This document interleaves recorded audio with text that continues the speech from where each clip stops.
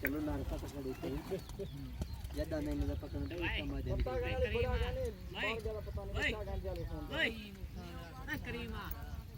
क्या केम ईमान नाल लसी क्या केम अच्छा अच्छा बड़ा कहने वाले खड़ बुरा खड़ बुरा हां बुरा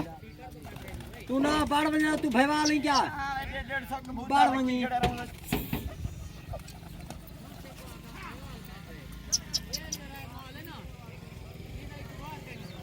इतबार ते कहनी